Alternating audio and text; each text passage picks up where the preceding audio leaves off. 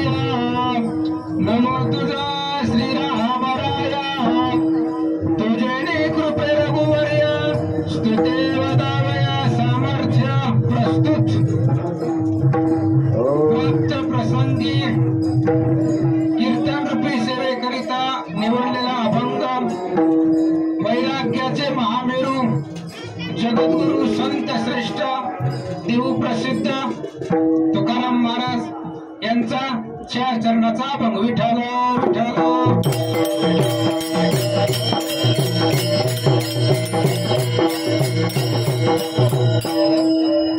कीर्तनाला प्रारंभ करण्याच्या अगोदर छोटासा परिहार। माघवारी पायी दिंडी सोहळा, सौंदर्य ते श्री क्षेत्र पंढरपूर आणि आजची द्वादशीची सेवा म्हणजे काल्याची सेवा माझ्यासारखेकडे दिली, पण मी काय कीर्तन करणार महाराज कवा बुवा करणारा कीर्तन आहे आणि एवढा मोठा असणारा कीर्तन करण्यासारखा मान सर्व असणाऱ्या ग्रामस्थ मंडळींनी दिला। 8 दिवस झाले सर्वजण पायी चालत आले पंढरपूरला। घरादाराची आशा सोडून घरी काय चाललंय फोन बी केला नसेल 8 दिवसामध्ये आणि आले पंढरपूरला।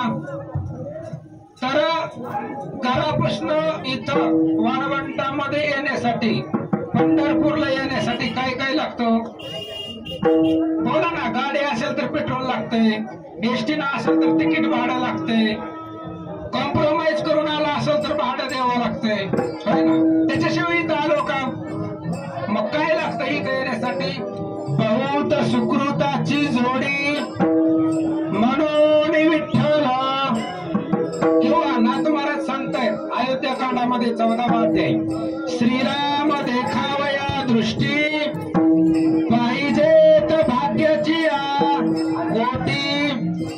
इथं येण्यासाठी पुण्य लागतं महाराज, पाठीमागचं सुकृत लागतं आणि भगवंताला पाहण्यासाठी पाठीमागच्या जन्मामधलं जर आपलं पुण्य शिल्लक असेल तर आपल्याला इथं नाही तर करोडपती आहेत लोक महाराज। त्यांना तिकिटाचं भाडं देणे एवढे पैसे त्यांच्याकडे नसतील का? पण इथं येण्यासाठी सुकृत लागतं, पुण्य लागतं, ते सगळं तुमच्यापाशी आहे, ते सर्व तुमच्यापाशी आहेत। म्हणून 8 दिवस झालं पंढरपूरच्या दिशेने निघालात आणि पंढरपूरचं दर्शन झालं, भगवान परमात्म्याचं दर्शन झालं की मुक्ती मिळते। दर्शन हेळा मात्रे तया होय मुक्ती होय। भगवंताचं दर्शन झालं की मुक्ती मिळते आणि मुक्ती म्हटलं की जन्म आणि मरण संपणे याला मुक्ती म्हणायचं। एकदा मुक्ती मिळाली परत जन्म मरणाच्या धारेमध्ये पडावं लागत नाही, जावं लागत नाही। आणि ती मुक्ती मिळण्यासाठी काल सांगितलं महाराजांनी, वारी वारी जन्मा मरणाची वारी। ही जन्म आणि मरण ही संपवण्यासाठी, मारण्यासाठी, याच्यावरती वार करण्यासाठी वारी असते आणि अशा पद्धतीची वारी 16 8 दिवस झाला आपण सर्वजण चालत आलो पंढरपूरच्या त्या ठिकाणी वाळवंटामध्ये भगवान परमात्म्याचं दर्शन झालं आणि परवा दिवशी दशमी होती महाराज. आणि ही जी दशमी होती ह्या दशमी दिवशीच तुकाराम महाराजांना भगवंताने उपदेश केला होता. माघ शुद्ध दशमी पाहोनी गुरुवार केला अंगीकार. स्वप्नामध्ये गेले भगवंत, स्वप्नामध्ये गेले. माघ शुद्ध दशमी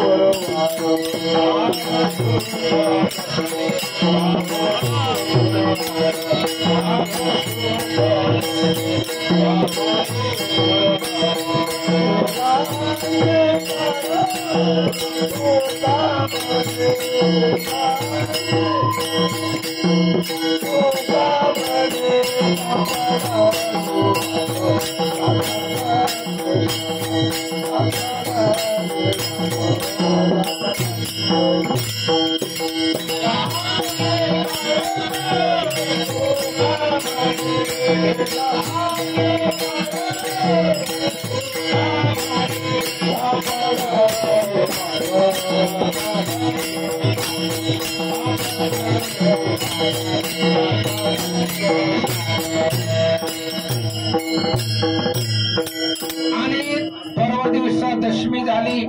दशमीच्या नंतर एकादशी. एकादशीचं महात्म्य वर्णन महाराजांनी सांगितलं तरी सुद्धा मी सांगणार आहे, कारण एकादशी खूप श्रेष्ठ आहे महाराज. त्याच्या अगोदर हे गावातलं ओझं कमी करण्यासाठी भजन करू. विठ्ठला विठ्ठला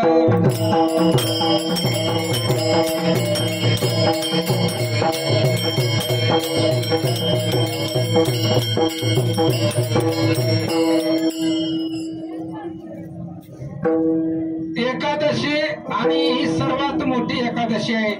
वर्षातील जी काही 4 एकादशी आहे त्यातली माघवारी, माघ महिन्यामधली येणारी मोठी एकादशी आहे. एकादशी सर्व सारखे असतात महाराज. एकादशी एकच दिवसाचा उपवास आहे, त्याला हरिदिने म्हणतो.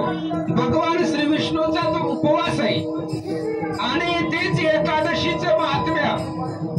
सूर्यवंशामध्ये रुक्मांगद नावाचा राजा होऊन गेला भगवान श्रीरामचंद्राच्या अगोदर, आणि त्या राजानं त्याच्या जीवनामध्ये काहीच केलं नाही महाराज, फक्त एकादशीच केली.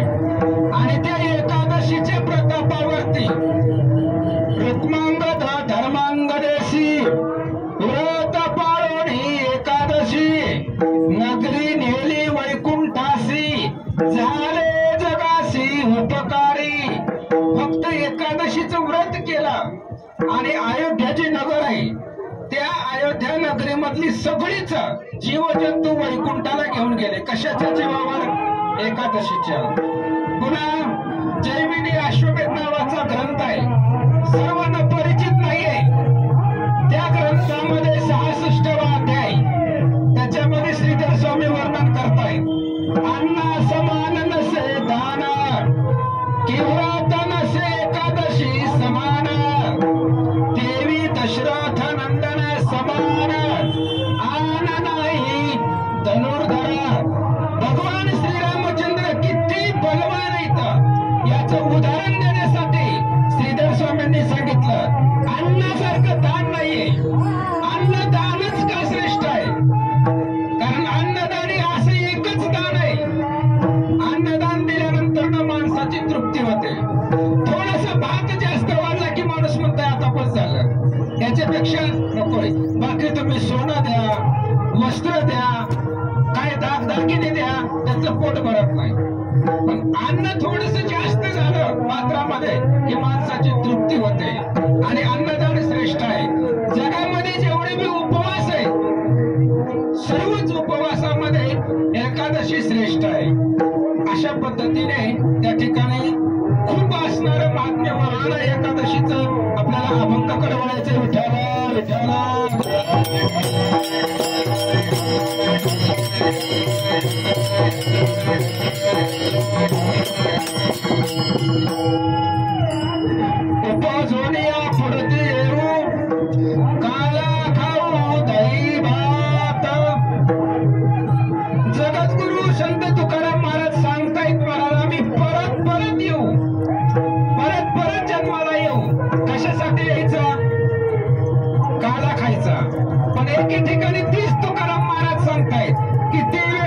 जन्मा यावे किती व्हावे, अहो किती वेळा जन्माला यायचं, किती गर्भवासाचं दुःख भोगत बसायचं.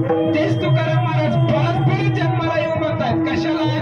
हे जे काही साधू संत आहेत त्या संतांच्या संगतीमधला काला खाण्यासाठी आम्ही परत परत परत परत जन्माला येऊ. मग हे जर काला इथंच भेटतंय, कारण वैकुंठी तो ऐसे नाही. वैकुंठामध्ये असलं काही प्रकार नाहीये महाराज. स्वर्गीचे अमर इच्छिताती देवा मृत्यू लोकी व्हावा.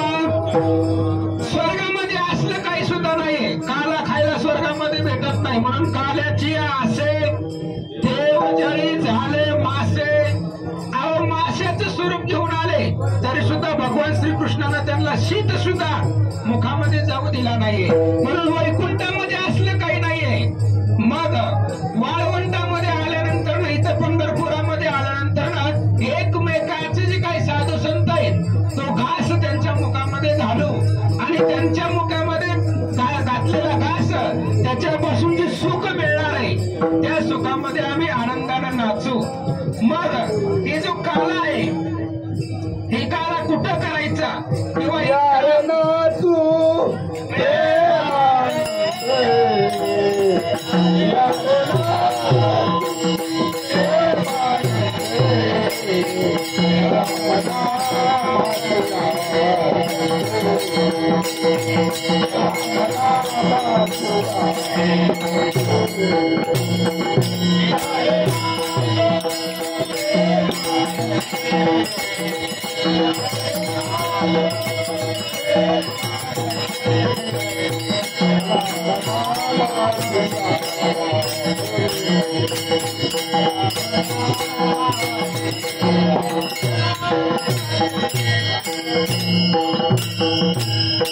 मध्ये असणारा काला कुठं करायचं तर तुका म्हणे वाळवंट परवे नीट उत्तम सुंदर अशा प्रकारची जागा आहे. भूवैकुंठ आहे आणि काल महाराजांनी सांगितलं पंढरपुरी अनादी कालापासून चालत आलेला आहे. पंढरपुरी जुनं आहे महाराज, खूप जुनं आहे. किती जुनं आहे? खूप जुनं आहे. कृष्ण अवतार झाल्यानंतर ना भगवान परमात्मा पंढरपूरला आला. पण कृष्ण अवताराच्या आधीपासून जेव्हा नव्हते चराचर तेव्हा होते. त्याच्या अगोदर ज्यावेळेस सुग्रीवानं आदेश दिला होता वानरांना की बाबा सीताशुद्धी करायची आणि सीता दक्षिण दिशेला आहे असं संपातीनं सांगितलं होतं. मग सीताशुद्धी करत असताना काही सुग्रीवानं सांगितलं, काही वानर पंढरपूरला आली होती महाराज. कशाला? सीताशुद्धी करायला. कारण रावण आहे कुठे बी जाऊ शकतो.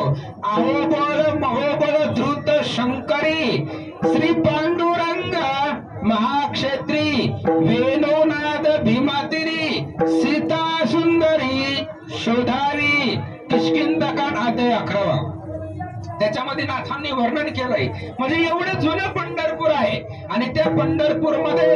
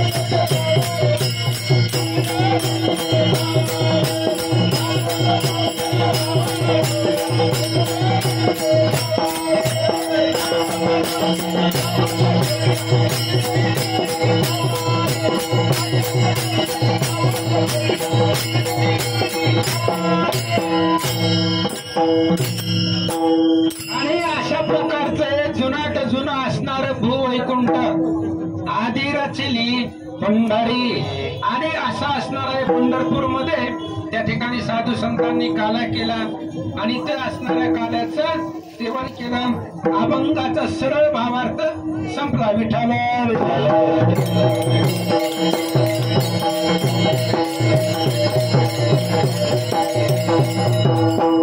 झालं की कीर्तन.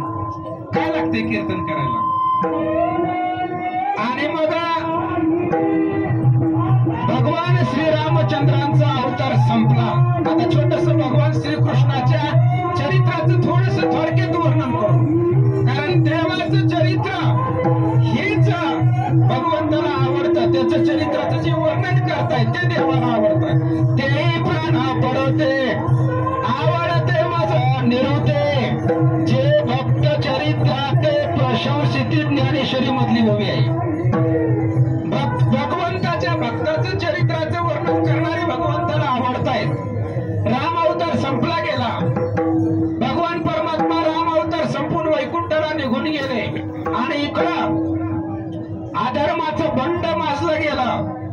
एवढा अधर्म झालं महाराज की गाई ब्राह्मणाची पूजा कोणी करणा गेलं, पृथ्वी पुराण कधी चालना गेलं, कधी सप्ताह नाही, कधी कीर्तन नाही. कंसाचं बळ अधर्माचं बळ माजलं गेलं. त्यावेळेस वत्सरूपी पृथ्वी ब्रह्मापाशी जाय नेत्रवाय तोय सांगतसे. त्यावेळेस पृथ्वीनं गाईच्या वासराचं रूप धरलं गेलं आणि ज्यांनी सृष्टी निर्माण केलेली आहे ब्रह्मदेव आहे. प्रजापालन म्हणतायत त्याला, पितामह म्हणतायत.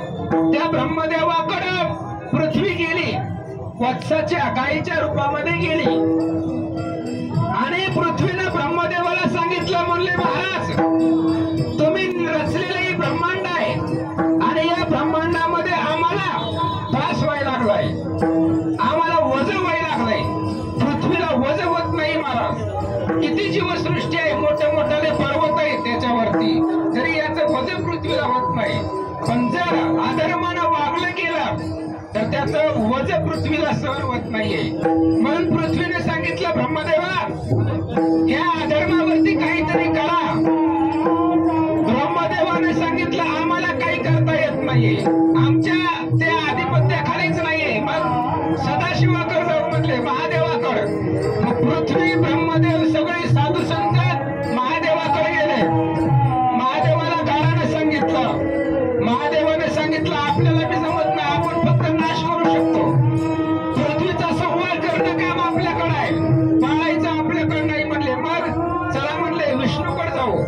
मग महादेव ब्रह्मदेव पृथ्वी आणि सर्व संत मंडळी ऋषी मंडळी भगवान श्री विष्णूकडे गेले आणि भगवान श्री विष्णूची स्तुती करायला सुरुवात केली. शांताकारं भुजगशयनं पद्मनाभं सुरेशं विश्वाधारं गगनसदृशं मेघवर्णं शुभांगं लक्ष्मीकान्तं कमलनयनं योगविद्यारगम्यं वन्दे विष्णु भवभयहरं सर्वलोकैकनाथं. भगवान श्री विष्णूला गाराने सांगितलं. त्यावेळेस भगवान श्री विष्णूने सांगितलं तुम्ही घरला जावा. तुम्ही घरला गेल्यानंतर काय करायचं ते माझं मी बघतो. त्यावेळेस आकाशवाणीनं थोडासा तीर दिला महाराज. आकाशाची वाणी सांगे सकळासी तळमळ मानसी, करू नका देवकीच्या गर्भात येईल भगवान रक्षील ब्राह्मण गाई भक्त. भगवान श्री विष्णूने सांगितलं तुम्ही घरला जावा म्हणले. काय करायचं ती माझी जिम्मेदारी आहे, कारण काल महाराजांनी सांगितलं नाही लाज तरी तर. भक्ताचं काम करण्यासाठी भगवंत लाज धरत नाही. लांडे महाराजांनी सांगितलं लात हृदयावरती सहन केली, लात भृगु ऋषीची. मग लात खातो महाराज, दुसऱ्याच्या बायका होतो, तो भगवान परमात्मा आहे, तो कशाला लाज धरतोय. त्यांनी सांगितलं जावा म्हणले घरी. पृथ्वीला सांगितलं आनंदाने वागा. सगळे निघून गेले.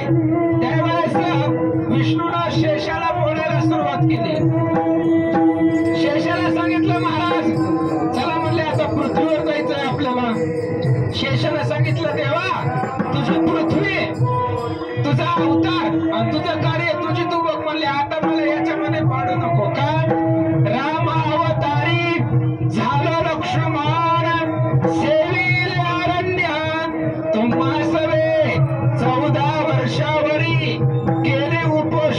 जाणत आपण प्रत्यक्ष आहे विठ्ठला विठ्ठला.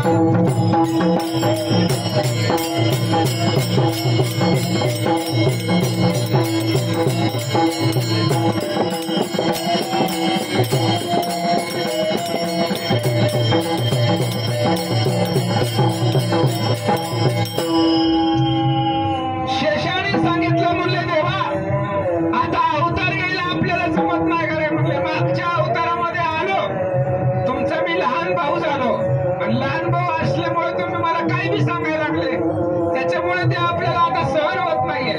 मग तुमचे तुम्हीच एकटं जावा. त्यावेळेस भगवंताने सांगितलं म्हणले शेषा तुझ्याशिवाय मला अवतार घेणं शक्य नाहीये. तो सोबतीला असला पंढरपूरला जाताना एखादा वारकरी जर असला तर उल्हास येतो बोलायला चालायला आनंद वाटतो. त्यावेळेस विष्णूने सांगितलं म्हणले महाराज तुमच्याशिवाय आम्हाला अवतार घेणं शक्य नाहीये. मग मागच्या अवतारामध्ये तुम्ही लहान झाले होते आता उलट करायचं म्हणले. तुम्ही माझं सगळं ऐकलं राम अवतारामध्ये आता या अवतारामध्ये तुम्ही पुढे जायचं. रोहिणी उदरी शेषबळी भद्रा यादव समग्र वारे तुम्ही आता पुढे जायचं आणि माझा असणारा मोठा भाऊ व्हायचं. मी लहान होतो छोटा आणि छोटं झाल्यानंतर तुमचं सगळं ऐकतो. तुम्ही जसं म्हणाल तसं मी करतो. दोघांची मीटिंग झाली ठरली आणि इकडं कंसाच्या राज्यामध्ये कंसाची बहीण होती. काय नाव तिचं होतं माझ्या लक्षात नाही थोडा विसरमोळा आहे. कंसाच्या बहिणीचं नाव देवकी आणि ती असणारी देवकी वसुदेवाबरोबर लग्न ठरलं. लग्न ठरत असताना आकाशवाणीने सांगितलं कंसाला म्हणले कंसा ज्या बहिणीचं लग्न तू एवढ्या उत्साहामध्ये करतोस त्याच बहिणीचा मुलगा तुला मारणार आहे. 8वा मुलगा तुला मारणार आहे. कंसाला टेन्शन आलं म्हणले मारणारा लांबचा नाहीये मारणारा घरातलाच आहे. मग लगेचच त्यानं त्या ठिकाणी तलवार घेतली आणि देवकीला मारायला धावला. त्यावेळेस वसुदेवाने सांगितलं बाबा आम्हाला जेवढे बी मुलं होतील सगळं आम्ही तुझ्या हवाली करतो पण आम्हाला देवकीला मारू नको कारण ती आता माझी पत्नी आहे आणि पत्नीचं संरक्षण करणं माझं कर्तव्य आहे. त्यावेळेस मग कंसाला धीर वाटला. बंदीखान्यामध्ये टाकले महाराज. बंदीखान्यामध्ये टाकल्यानंतर कालांतरानं देवकीला पहिला मुलगा झाला. पहिला मुलगा झाल्यानंतर कंसाने विचार केला आपल्याला मारणारा 8वा आहे. आपल्याला जो मारणारा तो 8वा आहे पहिली लेकराला का मारायचं. कंसाच्या मनामध्ये विचार आला पण पहिला जो मुलगा आहे त्याला सोडून द्यावा असा विचार केला होता. तेवढ्यामध्ये ब्रह्मविना घेऊन महर्षी असणारे नारद कंसापाशी आले आणि कंसाला सांगितलं. नारदांनी म्हणले कंसा काय करायला लागला म्हणले तो. काय नाही म्हणले महाराज 8वा मारणार आहे पहिल्याला कशाला मारायचं. नारदांनी सांगितलं म्हणजे उलट मोजायला सुरुवात कर म्हणले. 8 पासून मोजलं 1 पासून 8 पर्यंत ही पहिला येत आहे आणि उलट मोजलं तरी 8वा येत आहे. त्यामुळं गॅरंटी नाही म्हणले कधी तुला कोण मारेल. मग नारदाच्या सांगण्यावरनं प्रत्येक जण जो जो मुलगा जन्मला देवकीच्या उदरामध्ये तो अशा पद्धतीने 6 बाळ देवकीची मारली महाराज. निष्ठुरपणे कंसानं दगडावर आपटून मारली. 6 लेकरं देवकीची मामानं कोणी मामानं 6 बाळ मारल्यानंतर 7वी जी होती ती योगमाया होती आणि ती असणारी 7वा जो गर्भ होता तो असणारा गर्भ त्या ठिकाणी असणारा रोहिणीच्या उदरामध्ये बळीराम म्हणून त्या ठिकाणी गेले आणि योगमाया त्या ठिकाणी येऊन गेली आणि 8वी जी होती ते असणारा 8वी योगमाया त्या ठिकाणी जन्माला आली मुलगी होती. आणि दूतांनी सांगितलं कंसाला म्हणले राजा जे काय असणारा 8वा आहे ती असणारी मुलगी आहे ती त्या ठिकाणी योगमाया जन्माला आलेली आहे. त्यावेळेस भगवान श्री विष्णूने जे काय आत्मा असणारा आपला परब्रह्म स्वरूप अवतार आहे मूर्तिमंत तो असणारा जेलमध्ये बंदीखान्यामध्ये देवकीच्या समोर प्रगट केला आणि प्रगट केल्यानंतर भगवान श्रीकृष्ण हे महाराज सुंदर मनमोहक रूप आहे राजास सुकुमार मदनाचा पुतळा रवी शशिकला लोपलिया एवढा सुंदर असणारा भगवान परमात्मा देवकीच्या पुढं उभा राहिला. त्यावेळेस देवकीला आनंद झाला आणि मग देवकीने सांगितलं म्हणले कृष्णा थोडस लहान हो म्हणले आम्हाला त्या ठिकाणी तुला तुझं बाळ स्वरूप पाहायचंय. त्यावेळेस कृष्णाने सांगितलं लहान होतो पण मोठं झालं एक काम सांगायचंय तुम्हाला कारण मी आता मला इथे ठेवायचं नाही म्हणले तुम्ही. मग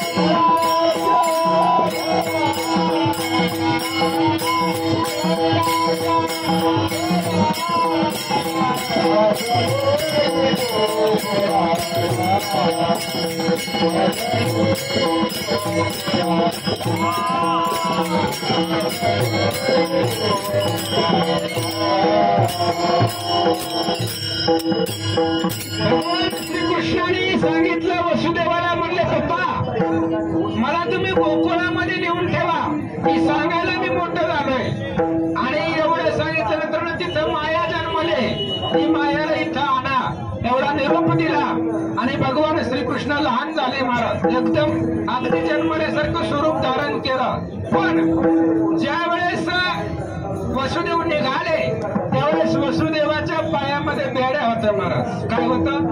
बेड्या होत्या. बेड्या म्हणजे मायेच्या बेड्या होत्या. आणि वसुदेव देवाचा बाप आहे. कोण आहे? मग देवाच्या बापाला मायेनं सोडलं नाही. देवाच्या बापाच्या पायी वहिली मायेने पिढी ठोकिली तेथे माईक जीव सकाळी मुक्त काहीसे होती पा. भगवंताचे असणारे पिताश्री वसुदेव त्यांना सुद्धा या संसाराने सोडलं नाही मायेनं सोडलं नाही. मग बाकीचे जे काय जीव आहेत कसं मुक्त होतील हो? पण भगवान श्रीकृष्ण आल्यानंतर माया राहत नाहीये. त्या भगवान श्रीकृष्ण प्रगट झाल्यानंतर बेड्या सुटल्या आणि घेतलं गेलं कृष्णाला. उचलेला कमळा हा पदे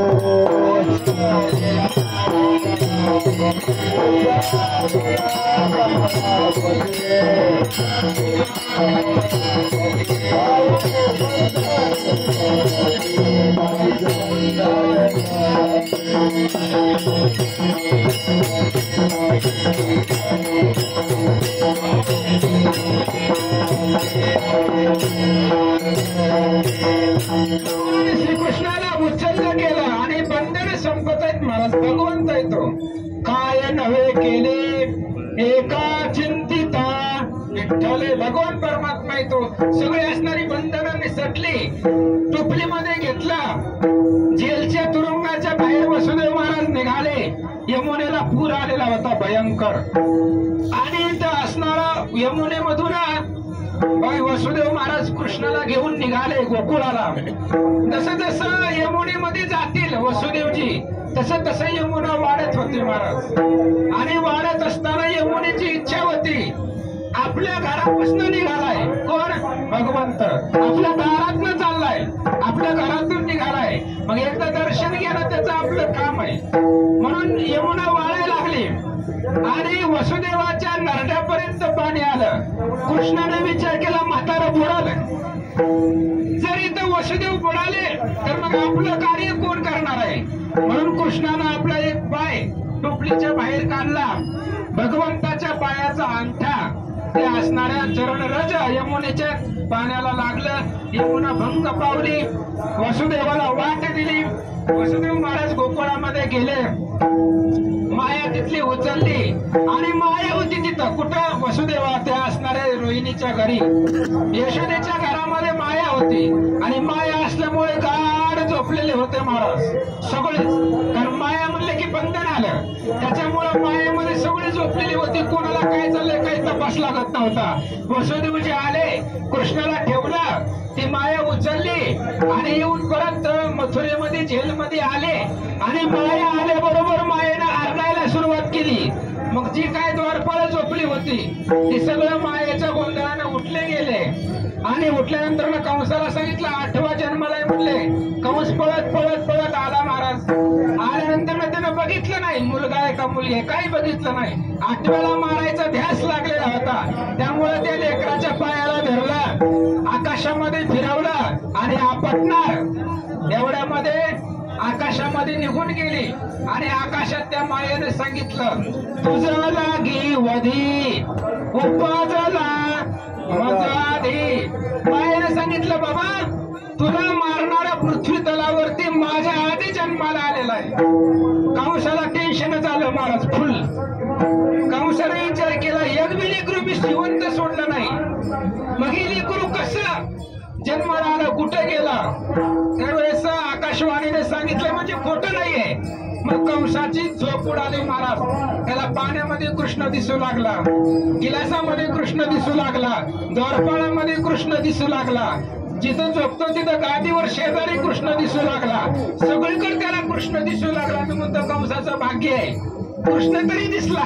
आपल्याला स्वप्नात बी दिसत नाही महाराज. कृष्ण दिसू लागला प्रत्येक ठिकाणी. आशनी शयनी भोजनी प्रत्येक ठिकाणी कृष्णाचा ध्यास लागला. आणि मग कंसाला कर्मना केलं. कारण कसं असतं, जे जे आकारात ते आले ते ते नाशा ते पावले. जे जननी जठरी नाही जन्मले ते अमर झाले सर्वस्वे. एकदा रावणाने विचारलं होतं ब्रह्मदेवाला, म्हणले बाबा अमर कोण आहे या जगामध्ये? ब्रह्मदेवाने सांगितलं, एका वाक्यात सांगतो, जे आईच्या पोटातून जन्मलेले नाहीत ते अमर आहेत. कोण आईच्या पोटात जन्मलेले नाही? सगळीच. जो जन्माला येतो मरणारच आहे. मग कंसाला ध्यास लागला. पण काय बी असू दे, आता गोकुळात तर गेलाय, कुठे गेलाय माहित नाही, पण त्याला मारायचं. म्हणून त्या ठिकाणी असणार इकडं यशोदेच्या घरामध्ये भगवान श्रीकृष्ण जन्माला आले. थोड मोठ्या उत्साहामध्ये भगवान श्रीकृष्णाचा जन्मोत्सव त्या ठिकाणी साजरा करण्यात गेला. गोकुळामध्ये आनंदी आनंद झाला महाराज. कारण कृष्णाचा अवतार झाला महाराज. भगवान श्रीकृष्णाचा अवतार गोकुळामध्ये झाला. होता कृष्णाचा अवतार. त्या ठिकाणी प्रत्येक घरामध्ये आनंद होते. आणि हळूहळू कृष्ण गोकुळच्या सुख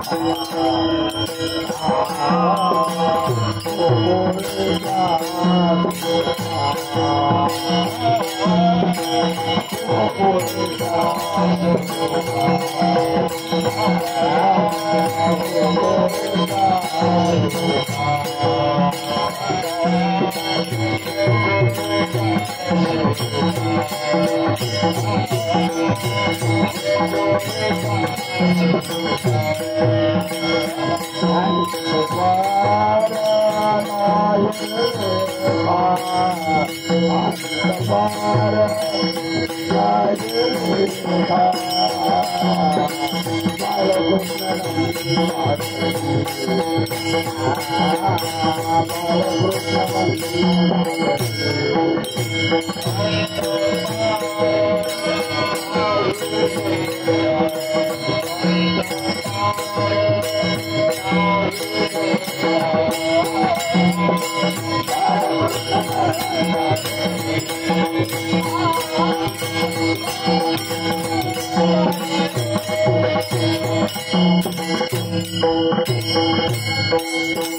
भगवान परमात्मा 1-2 महिन्याचे झाले.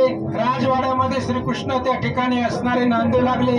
त्यावेळेस भगवान श्रीकृष्णाचं बारसं घालायचं, नाव ठेवायचं आणि त्याचं असणारं नाव ठेवण्यासाठी वसुदेव असणाऱ्या नंदराजानं गर्ग महाराजांना बोलवलं होतं, गर्ग ऋषी.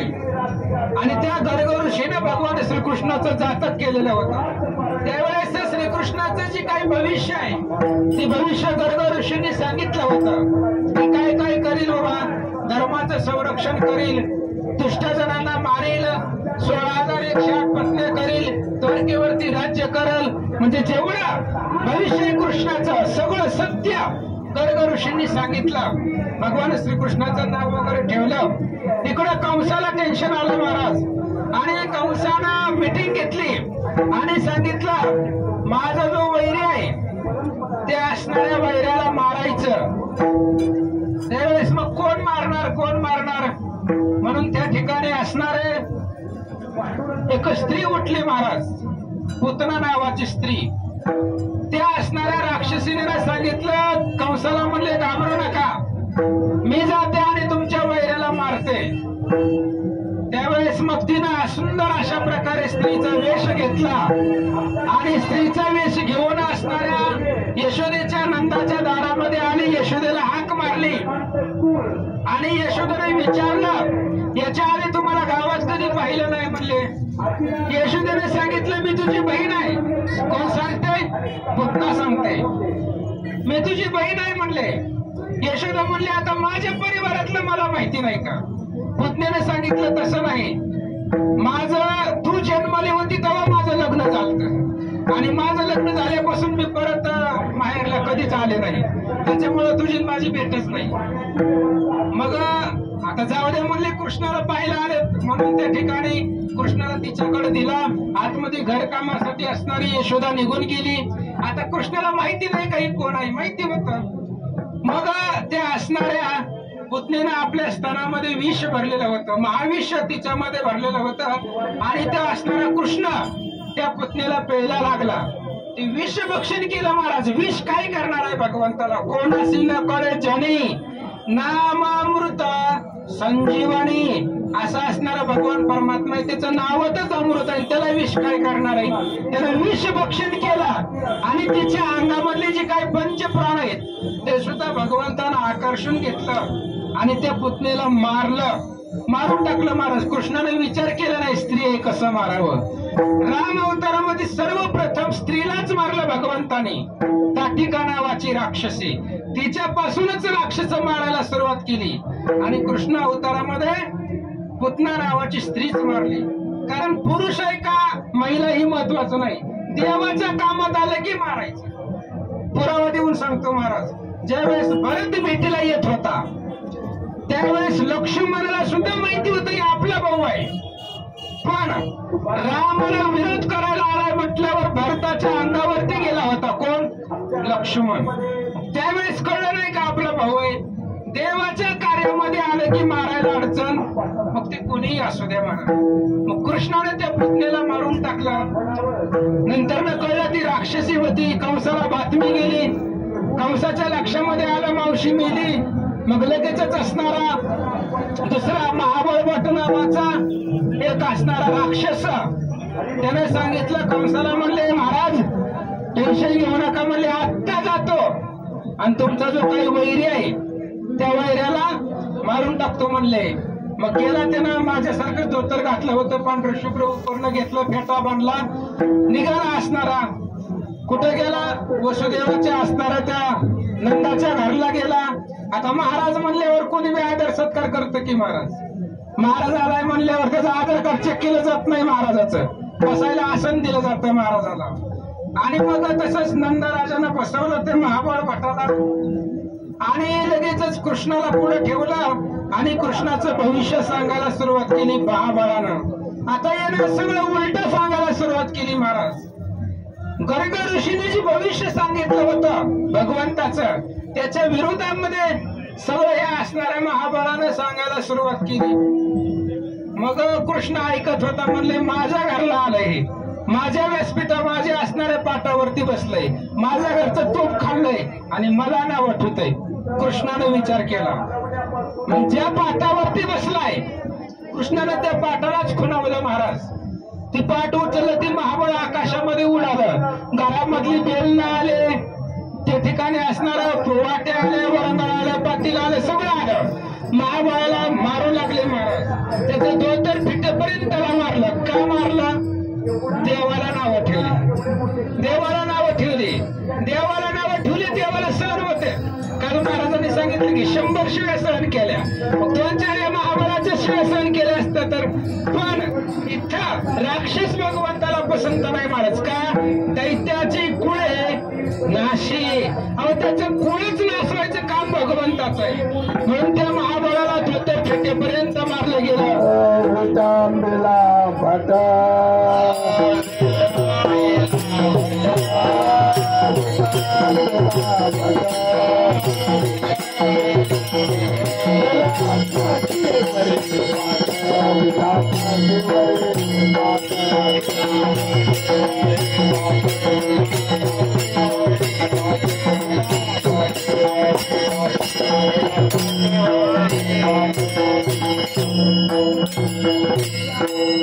त्या महाबळ भटाला मारलं कसं तरी. तो पळत पळत जीव वाचवत कंसाकडे आला मथुरेमध्ये.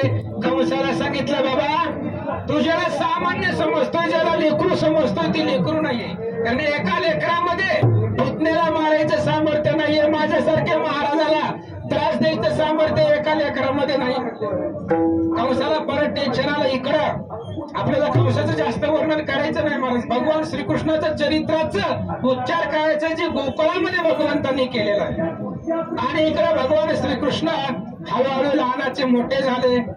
मोठे होत असताना भगवंताने 4-5 असणारे गावातली जी काही मित्रमंडळ आहेत ते सगळे मित्रमंडळी सवंगडी बोलवले आणि त्यांना विचारलं, बाबा ते सगळे कृष्णाचे मित्र महाराज गाडी ते वाढलेले माझ्यासारखे. आणि कृष्णाने विचारलं, घरामध्ये तुमच्या दही दूध तूप सगळंच आहे म्हणले, तरी तुमची तब्येत अशी कस काय झाली डाऊन? त्यांनी सांगितलं, कृष्णा आहे पण त्याचा काही फायदा नाही म्हणले, ते आम्हाला मिळतच नाही. मग मथुरेला जात आहे म्हणले सगळं कंसाकडे, आम्हाला घरची देतच नाही. मग कृष्णाने विचार केला आपल्याच घरचं खायचं. म्हणून मग 4-5 असणारी पेंद्या, वाकड्या, सुदामा, बोबड्या मंडळी गोळा केली आणि आता प्रत्येकाच्या घरोघरी जाऊन त्या ठिकाणी चोरी करायची. कशाची चोरी करायची हो? चित्त असणारा त्या ठिकाणी मोहून घ्यायचं आणि सर्वांना आनंद द्यायचा. म्हणून त्या ठिकाणी असणारे भगवंताने विचार केला, गेले एका जणाच्या घरामध्ये सगळे त्या ठिकाणी चोरी केली, दही दूध तूप खाल्लं. हळूहळू भगवान श्रीकृष्णाच्या ज्या खोड्या आहेत त्या खोड्या वाढायला लागल्या महाराज. वाढायला लागल्यानंतर गाराने गेला कोणापाशी, यशोदेपाशी. त्यातली एक म्हातारी जास्त एकाचं 2 करून सांगू लागले, कारण म्हातारे माणसं आगाव असतात महाराजांनी सांगितलं. एक असलं की 4 करून सांगते. मग एक म्हातारी कृष्णाचं लय त्या ठिकाणी यशोदेला आणि नंदराजाला सांगू लागली. कृष्णाला त्या बाईचा फोन नंबर लिहून घेतला, म्हणले आपल्याला उपयोगाला येईल. त्या म्हातारीचा नंबर घेतला कृष्णानं आणि मित्रमंडळी सांगितलं आज हिच्या घरामध्ये जायचं म्हणले. हिनं आपलं घराने सांगितलंय आज हिच्या घरामध्ये जायचं. मग ते असणारे गवळण रात्रीच्या प्रसंगामध्ये पती पत्नी झोपलेले होते. भगवान श्रीकृष्ण आपल्या सवंगडीला घेऊन त्यांच्या घरामध्ये गेले. सगळं दही दूध त्यांच्या असणारे गाडगी असणारे फोडून टाकली आणि येता येता भगवान श्रीकृष्णाला ती जी गवळण होती लय बोलत होती मगाशी यशोदेपाशी, त्या गवळणीची विणीची गाठ आणि तिच्या नवऱ्याची दाढीची गाठ कृष्णानं बांधली आणि कृष्ण निघून आला. सकाळ सकाळ सूर्योदय होण्याच्या अगोदर गाईचं दूध काढायचं पत्नीला जाग आली. पत्नी उठली तर तिच्या विणीला हिसका बसला. तिने पाहिलं तर गाठ बांधलेली. मग काय करायचं, त्यांनी सोडायचा प्रयत्न केला. देवानं बांधलेली गाठ आहे, ब्राह्मणानं बांधलेली गाठ सुटत नाही आपल्याला. देवानं बांधलेली गाठ होती. मग गाठ सुटायला गेली. त्यांनी विचार केला, मी तुमची दाढी कापून टाका म्हणली. विणी कापून टाकू, कापत सुद्धा नव्हती महाराज. तुटाना कापना सुटाना काहीच होईना. टेन्शन आलं. म्हातारीला म्हणले, आता समाजामध्ये इज्जत जाते म्हणले, बाहेर कसं जायचं. 8-9 वाजल्या तरी त्या घराचा दरवाजा लॉकच होता महाराज. शेजारी पाजारी म्हणले, यांना झालंय काय, रोज 5-4ला उठणारे, आज 10 वाजले तरी घरातच बसलेत. मग त्यांनी दरवाजा वाजवला. कसं उघडायचं महाराज दरवाजा, अवघड झालं होतं सगळं. कसं तरी धीर धरून दरवाजाची कडी खोलली आणि बाहेर आले. बाहेर आल्यानंतर ना ते असणारे पुढे चाललेल्या, ते असणार तिच्या समोर त्या ठिकाणी पुढं होती पत्नी चालली, पाठीमागा ती गवळी चाललेला असणारा म्हातारा निघाले वसुदेवाकडे. आणि ते असणारे रोहिणी देवकी नंद आणि यशोदेकडे गेले आणि कृष्णाला सांगितलं, यशोदेला सांगितलं, यशोदे ही जी करामत आहे ती तुझ्याच फळाची आहे म्हणले. तुझ्याच मुलाने एवढा आम्हाला त्रास दिलाय. कृष्णाने सांगितलं, उद्या आमच्या घरला गाराने घेऊन यायचं नाही. मग ते असणाऱ्या गवळणीने कृष्णाची माफी मागितली महाराज. माफी मागितल्यानंतर ना कृष्णानं फक्त पाहिलं आणि कृपा दृष्टीनेच त्यांची असणारी गाठ सोडली, मुक्त केला, निघून गेली. विठाला विठाला विठाला.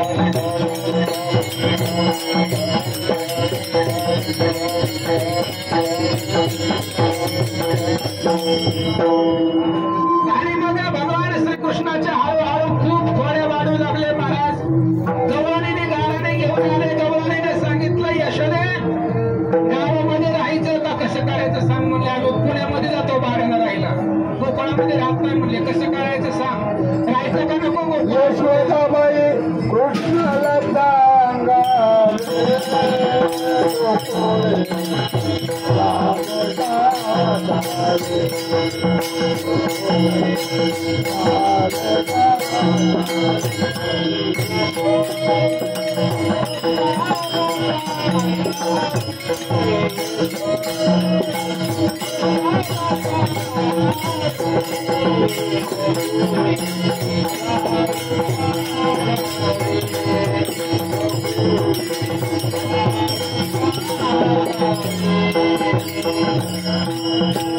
आणि मग गवळणीने गारानं केल्यानंतर मग यशोदेनं कृष्णाला सांगितलं, कृष्णा तू गावामध्ये राहूच नको म्हणले. गवळणी गारानं घेऊन आले होते.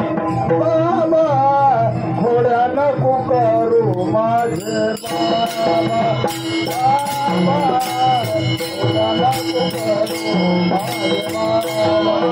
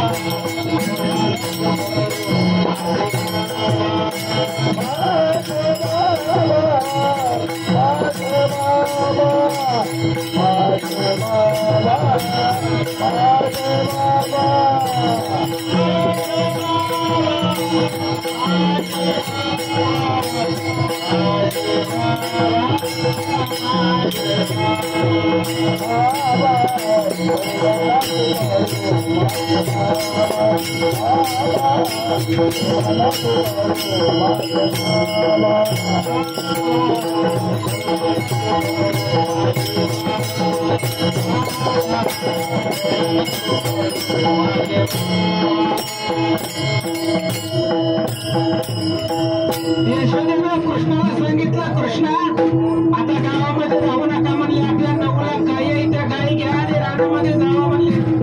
गायी सांभाळायला बी कुणी नाही घरामध्ये आणि गवळणीचा ताप आहे ते मी वाचलं म्हणले.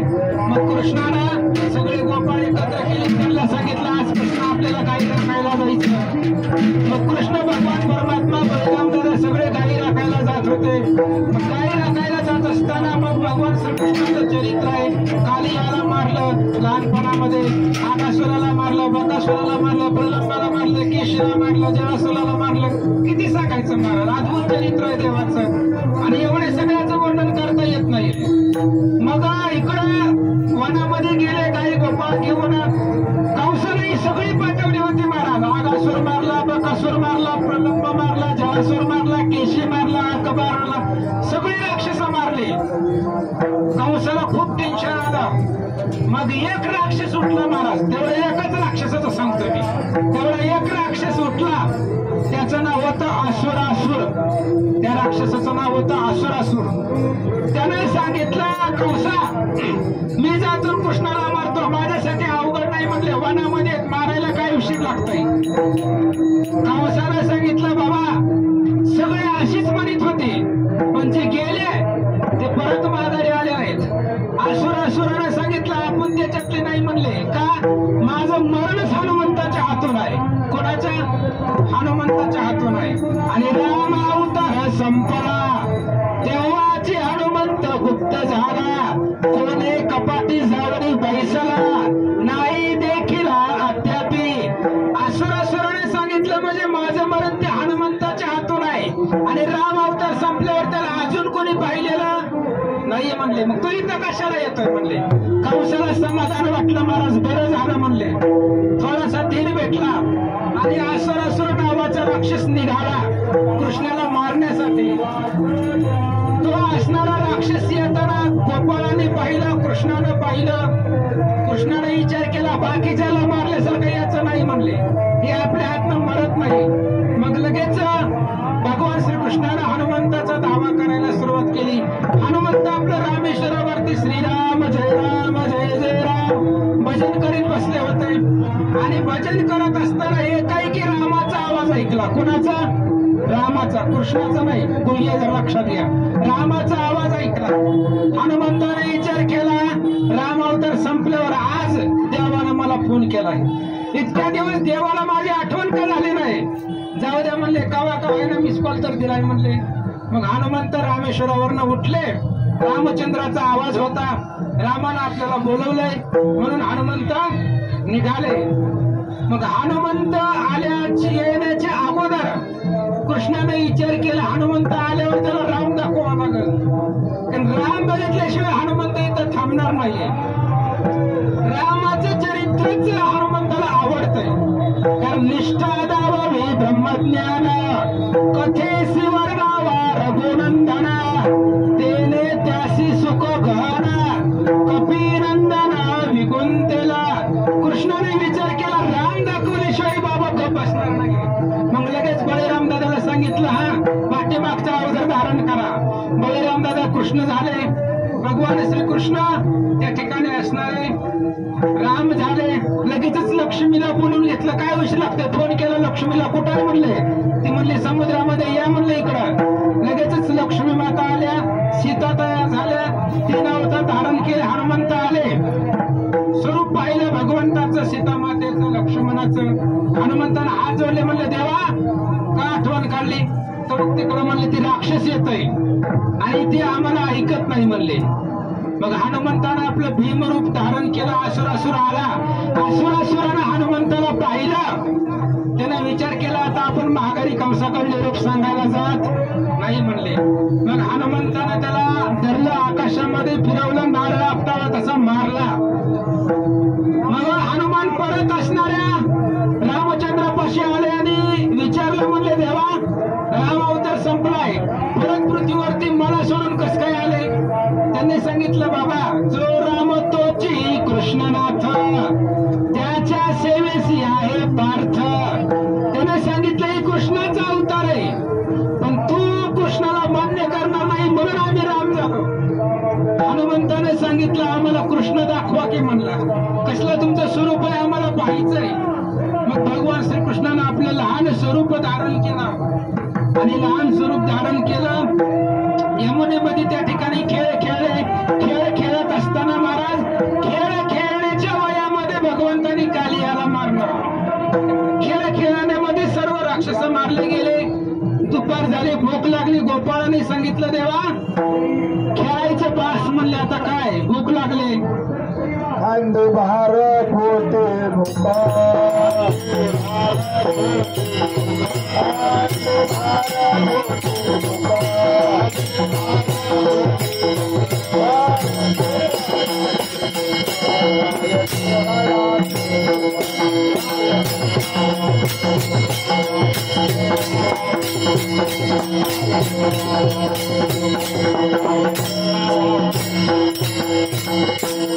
आणि मित्रमंडळांनी सांगितलं कृष्णा आता जेवायचंय. मग सगळ्यांच्या शिदोऱ्या एकत्र केल्या आणि तो असणारा सगळ्यांच्या शिदोऱ्या आणलेल्या एकत्र केल्या, त्याचा काला केला आणि तो असणारा सगळ्यांनी आनंदाने त्या ठिकाणी भक्षण केला गेला.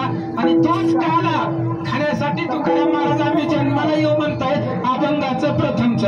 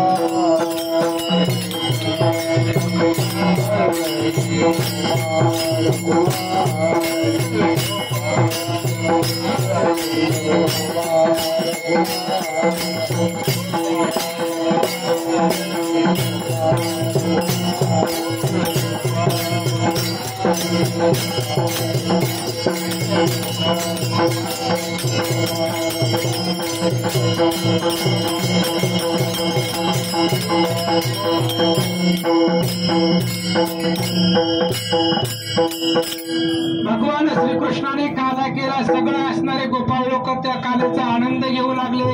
देव लोकांनी विचार केला देव काला करून खातोय, आपण बी खायला का अडचण आहे म्हणले. कोणाच्या बी दिंडीमध्ये गेले की जेवण भेटतंय. त्यावेळेस देव लोकांनी म्हटले चला आपण काला खायला जाऊ म्हणले पंढरपूरमध्ये कृष्णाच्या गोकुळामध्ये. मग काला खायला जायचं कसं देव लोकांनी ठरवलं यमुना नदीमध्ये जायचं आणि तिथं माशाचं स्वरूप धारण करायचं. हे ज्या वेळेस हात धुवायला येतील पाण्यामध्ये त्यावेळेस त्यांच्या हाताचं जे काही खरकटं लागल ती खरकटं आपण खायचं म्हणले. मग सगळे देव लोकांनी मिटिंग घेतली. पाण्यामध्ये मासे झाले. भगवान श्रीकृष्णाच्या लक्षामध्ये आले. कृष्णाने विचार केला रोज मासे कमी असतात, आज माशांची गर्दी झाली म्हणले पाण्यामध्ये. मग नवीन मासे कस काय आले म्हणले कुठनं. कृष्णाच्या लक्षामध्ये आलं. मग कृष्णानं गोपाळांना सांगितलं बाबा आज हात धुवायचा नाही म्हणले, आज हात धुवायचा कॅन्सल करायचं, आपापल्या पाठीमाग हात पुसायचे म्हणजे माझ्या भक्ताच्या तिरीला मिळालं पण देवाच्या तोंडाला भेटणार नाही. एवढा असणारा काल आहे आणि या असणाऱ्या कालामध्ये अभंगाचं प्रथम चरण आज सोडवलंय. आता बाकीचे 3 चरण सोडवायचे म्हणले तर 5 वाजतात. काय करायचं बघा. आणि मग त्या ठिकाणी सांगितलं गेलं तुकाराम महाराजांनी की अशाच प्रकारे काल्याचा आनंद घेण्यासाठी आम्ही त्या ठिकाणी परत परत जन्माला येऊ. पण हे पंढरपूर आहे महाराज. आणि या पंढरपूरमध्ये पांडुरंग कसा आला अनेक जणांना माहिती नाही. 10 मिनिटांमध्ये सांगतो, जास्त वेळ घेत नाही. भगवान परमात्मा पांडुरंग पंढरपूरमध्ये कसा आला, कुठून आला, पांडुरंगाचे आई वडील कोण आहे, पांडुरंगाचा तालुका कुठला, जिल्हा कोणता, माहिती पाहिजे ना सगळं. एकदा कृष्ण अवताराच्या 60,000 वर्ष आधी कमाचं सांगायला लागलोय बघा. भगवान श्रीकृष्णाच्या अवताराच्या 60,000 वर्ष आधी भगवान श्री विष्णू लक्ष्मीला जवळ घेऊन बसलेले होते. कुठं? शेषाच्या असणाऱ्या शेषाच्या अंगावरती समुद्रामध्ये. आणि इंद्राची जी बायको होती, इंद्राच्या पत्नीचं नाव सची होतं. काय होतं? सची. आणि ती इंद्राची पत्नी एकदा वैकुंठाला गेली. भगवान श्री विष्णूला पाहिलं तर भगवान श्री विष्णूच्या मांडीवरती लक्ष्मी बसली होती. मांडीवरती लक्ष्मी बसली होती. सची इंद्राची ललना एकदा गेली विष्णू भवना, तो देखिला वैकुंठ राहणार. परत पर श्री विश्वेशशाही असा असणारा भगवंत, त्या भगवंताच्या मांडीवरती लक्ष्मीला पाहिलेलं सचिनं पाहिलं. आणि सचिनं विष्णूला सांगितलं, देवा एकदा तुझ्या मांडीवरती बसायचंय. विष्णूने सांगितलं, माझ्या मांडीवरती बसायचं तुला एवढं सोपं वाटतंय का म्हणले. नाही पण म्हणले एकदा बसायचंय, काय करावं लागतंय. त्याने सांगितलं, हे बघ एकतर मी माझ्या मांडीवरती कुणालाच बसवत नाही माझी बायको सोडून. जर तुला बसायचं असेल तर एक काम कर म्हणले, आतापासून 60,000 वर्ष हिमालयामध्ये जायचं आणि तपश्चर्या करायचं. किती वर्ष तपश्चर्या करायची? 60,000 वर्ष. 3 सेकंद मांडीवर बसायला. थोडा वेळ मांडीवर बसण्यासाठी 60,000 वर्ष तपश्चर्या करायची. सचिन सांगितलं, जाऊ द्या म्हणले तपश्चर्या करायची, पण देवाच्या मांडीवर बसायला भेटतंय. आणि विष्णूने सांगितलं, 60,000 वर्षानंतर मी कृष्ण अवतार धारण करणार आहे. आणि मी कृष्णाचा अवतार धारण केला की तो राधा म्हणून तिथं अवतार घ्यायचा. कुठं? मथुरा ते असणाऱ्या गोकुळामध्ये. आणि राधा होऊन आल्यानंतर मी तुला माझ्या मांडीवरती बसवतो. मग सचिन तप केलं. 60,000 वर्षे गेली. भगवान श्रीकृष्णाचा अवतार झाला. राधा होऊन सची गोकुळामध्ये आले. भगवान श्रीकृष्णासंग क्रीडा केल्या. आणि भगवान श्रीकृष्ण मथुरेला गेले. आणि एकदा मथुरेला गेले की परत गोकुळाला आलेच नाही. मग मथुरेहून परत द्वारकेला गेले. समुद्रामध्ये द्वारका तयार केली. भगवान श्रीकृष्णाचं लग्न झालं. 16,000 जमवल्या. 108 पत्नी जमवल्या. सगळं झालं. पण मांडीवर बसायची इच्छा राधेची राहिली होती. त्या सचीची ती पूर्ण झाली नव्हती. मग एक दिवस राधेने विचार केला, ज्याच्यासाठी अवतार घेतले ते काम शिल्लक राहिले. म्हणून काय केलं, भगवान श्रीकृष्ण द्वारकेमध्ये आनंदाने राहत होते. राजसेवक होते. 16,108 पत्नी होत्या. रुक्मिणी श्रेष्ठ होती. आणि ती राधा द्वारकेमध्ये गेली. भगवान श्रीकृष्णाची भेट घ्यायला म्हणले, देवा ज्याच्यासाठी तप केलंय ती काम राहिलंय म्हणले मांडीवर बसवायचं. मग भगवान श्रीकृष्ण द्वारकेमध्ये राजसिंहासनावरती बसलेले होते. तेवढ्यामध्ये राधा आली आणि कृष्णाच्या मांडीवरती बसली. ती बघितलं सत्यभामेनं. कोणी बघितलं? सत्यभामेनं. सत्यभामेनं विचार केला, मी लग्नाची बायको आहे, रुक्मिणी श्रेष्ठ आहे, आम्ही 16,108 बायका आहे, आम्हाला यानं कधी जवळ घेतलं नाही. कोणची कुठनं बाई आली तिला मांडीवरती बसवलं. रुक्मिणी आली. रुक्मिणीने सुद्धा पाहिलं. रुक्मिणीने विचार केला, मी लाडकी आहे, सगळ्यात मोठी आहे, आणि मला यानं कधी जवळ घेतलं नाही. आणि कोण कुठली बाई देवाच्या मांडीवरती बसली. रुक्मिणीला राग आला महाराज. आणि रुक्मिणी रुसली देवावरती. आणि रुसून डायरेक्ट कुठं आली? दिंडीरा वनामध्ये आली. रुक्मिणी दिंडीरा वनामध्ये आली आणि कृष्णानं राधेला सांगितलं, राधे तुझं काम झालंय पण माझं काम करू दे म्हणले. रुक्मिणीला समजून आणू दे नाहीतर मला चहा मिळणार नाही म्हणले. मला संध्याकाळी भाकर खायची ना तिच्या हातनं. मग तिची जर समजूत नाही काढली तर जेवायला कोण घालणार. राधा निघून गेली, इंद्रपदाला गेली तिच्या धामाला. मग रुक्मिणी रुसून गेली होती, दिंडीरा वनामध्ये आली. दिंडीरा वन मध्ये जी वाळवंट आहे, चंद्रभागा आहे, ती दिंडीरा वन आहे. हा आणि मग तिथं आल्यानंतर ना भगवान श्रीकृष्ण पाठीमागे आले. भगवान श्रीकृष्ण आल्यानंतर ना रुक्मिणीची समजूत काढली. समजूत काढल्यानंतर ना मग त्या दोघांमध्ये त्या ठिकाणी समजूतपणा झाला. आणि मग तेवढ्यामध्ये पुंडलिकाला समोर पाहिलं. पुंडलिक आईवडिलाची सेवा करत बसलेला होता आणि आईवडिलाची सेवा करत असताना पुंडलिकाला कृष्णाने सांगितलं, म्हणले हे बघ अजून कृष्णाचं विठ्ठल झालं नाही, कृष्णच आहे अजून. कृष्ण आणि रुक्मिणी दोघच आहे. कृष्णाने पुंडलिकाला सांगितलं, म्हणले बाबा प्रसन्न झालोय, काय मागायचं असेल ते माग. त्यावेळेस पुंडलिकाने वीट घेतली जवळची.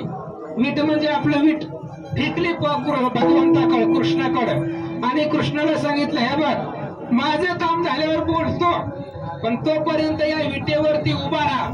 माझ्या ज्या मागण्या ती मागतो पण त्याच्यावरती तू विटेवरती उभा राहा. आणि तुझं जे नाव आहे कोणचं, कृष्ण, ते कृष्ण नाव बदलायचं. जे तुझं नंदानं यशोदेनं नाव ठेवलेलं बाळाने ते बदलायचं. आणि आता विटेवरती उभा आहे म्हणून विठ्ठल नाव ठेवायचं. मग पुंडलिकाच्या सांगण्यावरनं नाम बदललं, विठ्ठल ठेवलं गेलं. आणि मग पुंडलिकाने सांगितलं, जे तुझ्या दर्शनासी येती ज्ञानहीन मूढमती त्यांची दर्शने व्हावे मुक्ती, हेच विनंती माझी असे. पुंडलिकाने सांगितलं, देवा इथं विटेवरती उभं राहायचं, जे तुझी दर्शनाला लोक येणार आहेत त्यांचा उद्धार करायचा, त्यांना मुक्ती द्यायची. मी आपल्या आई वडिलाची सेवा झाली की मागण्या माझ्या मान्य करतो. मग पुंडलिक आई वडिलाची सेवा करत बसला. अनेक युग लुटली महाराज, 28 युग झाली, अजून पुंडलिकानं देवाला खाली बसवलेलं नाही. ही 28 युग झाली महाराज. पण ही 4 युग जेव्हा हजारो वेळा जातील, 4 युगे सहस्त्र वेळा जाया तो ब्रह्मयाचा एक दिन होया. जेव्हा ही 4 युग 1000 वेळा निघून जातील तेव्हा एक दिवस ब्रह्मदेवाचा होतोय. ब्रह्मदेवाची रात्र केवढी असेल महाराज. आणि ती दिवस कशासाठी उजळतोय, सृष्टीचा संहार करायचा असतो. आणि सृष्टीचा संहार करण्यासाठी तो ब्रह्मदेवाचा एक दिवस होतो. मग पुंडलिकानं विठ्ठलाला तिथं उभा केला आणि सांगितलं, बाबा जे लोक दर्शनाला येतील त्यांचा अशा पद्धतीने उद्धार करायचा. आणि असं भगवान परमात्मा रुक्मिणीचं नाव बदललं नाही, रुक्मिणीचं तेच ठेवलं. कृष्णाचं फक्त कृष्णाचं विठ्ठल आणि पांडुरंग केलं. आणि दोघंही त्या ठिकाणी विठ्ठलावरती उभा राहिले. पुंडलिक आपल्या आई वडिलांची त्या ठिकाणी सेवा करत बसला. अशा प्रकारे त्या ठिकाणी असणारी थोडक्यात असणाऱ्या अभंगाचं चिंतन मांडण्याचा प्रयत्न केला. आता भगवान श्रीकृष्णाचे चरित्र खूप आहे महाराज. एका चरित्राचं वर्णन करायला खूप वेळ लागतो. पण वेळे अभावी आपलं थोडंसं पटापटा सांगू रिकामं. आणि घेतलेला तुकाराम महाराजांचा अभंग आपल्या 16 मध्ये त्या ठिकाणी गावकरी समस्त ग्रामस्थ मंडळांनी सेवा दिली. आणि जसं वेळे वाकुळे गाईन बरी तुझाची मनविन. जर तुम्हाला काही चांगलं वाटलं तर घेऊन जावा, कारण मी वाईट काही सांगितलेलं नाही. जर तुम्हाला योग्य वाटलं, भगवंताचं चरित्र आहे, भगवान श्रीरामचंद्राचं चरित्र आहे, पांडुरंगाचं चरित्र आहे, ते एकच आहे महाराज. रामकृष्ण हरी हे तिघ एकच आहे. आणि तिन्ही देव परब्रह्म आहेत महाराज. अजून 2 मिनिटं घेतो. रामकृष्ण आणि हरी हे तिन्ही देव परब्रह्म आहेत. आणि परब्रह्म आहेत म्हणून देव आहे. बाकी मसोबाला परब्रह्म म्हणलंय का? राम कृष्ण आणि हरी तिघांना परब्रह्म म्हणलंय. रामचंद्र परब्रह्म आहे. आम्हासी श्रीराम हे बळ, आम्ही श्रीराम बळ हे सबळ, श्रीरामा ते भजा तुम्ही सकळ, राम केवळ परब्रह्म. राम परब्रह्म आहे किंवा